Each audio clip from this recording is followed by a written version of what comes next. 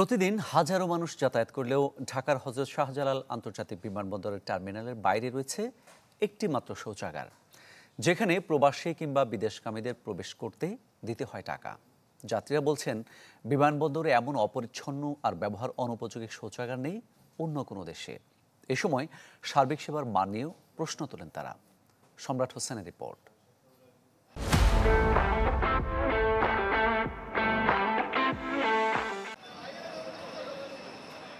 দেশের বাইরে আসা যাওয়ায় হযরত শাহজালাল আন্তর্জাতিক বিমানবন্দরে অনেকটা সময় কাটাতে হয় যাত্রীদের। সেই সাথে যারা স্বাগত আর বিদায় জানাতে আসেন যাত্রীদেরকে, তাদের কখনো কখনো বিমানবন্দরে পার করতে হয় দীর্ঘ সময়।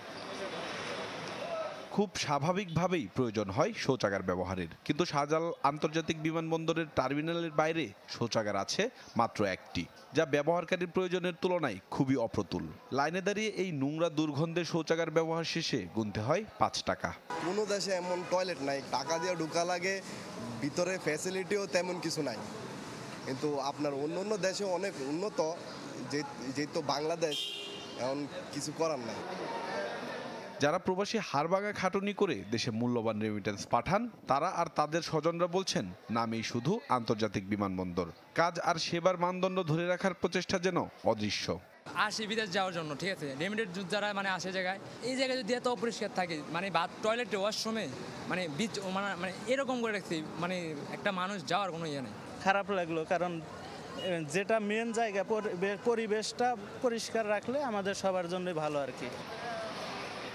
জানা গেছে, বিমানবন্দরের বহুতল কার পার্কিংয়ে থাকা একমাত্র শৌচাগারের ইজারা 90 লাখ টাকা, তাই নেওয়া হয় 5 টাকা করে। তবে বিদেশগামীরা বলছেন, অন্য কোনো দেশে এমন অদ্ভুত নিয়ম দেখেননি তারা।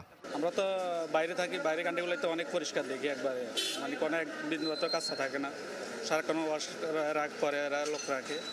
তো এটা তো অনেক সুন্দর, বাংলাদেশে অনেক কাজ দেখা যাচ্ছে। এয়ারপোর্টের যদি এই অবস্থা হয়, তাহলে আমাদের যে দেশের যে একটা ইমেজ, এটা আমরা বিশ্বের কাছে কি রিপ্রেজেন্ট করতেছি? পাবলিক টয়লেট বা এমন কিছু নাই যেখানে। এই অভিবাসন বিশেষজ্ঞ বলছেন, প্রবাসীদের প্রতি অবহেলার যে প্রবণতা সরকারের বিভিন্ন স্তরে স্তরে দেখা যায়, বিমানবন্দর শৌচাগারের অপ্রতুলতা তারই একটি উদাহরণ। প্রবাসীরা যাচ্ছে আমাদের, তো সেই প্রবাসী আপনি দেখবেন যে আমাদের 1 কোটির বেশি লোক বিদেশে আছে, প্রতি বছর 10-12 লাখ যায়। সেই দেশের বিমান সংস্থা আপনি শুনবেন প্রায় লোকসান করে।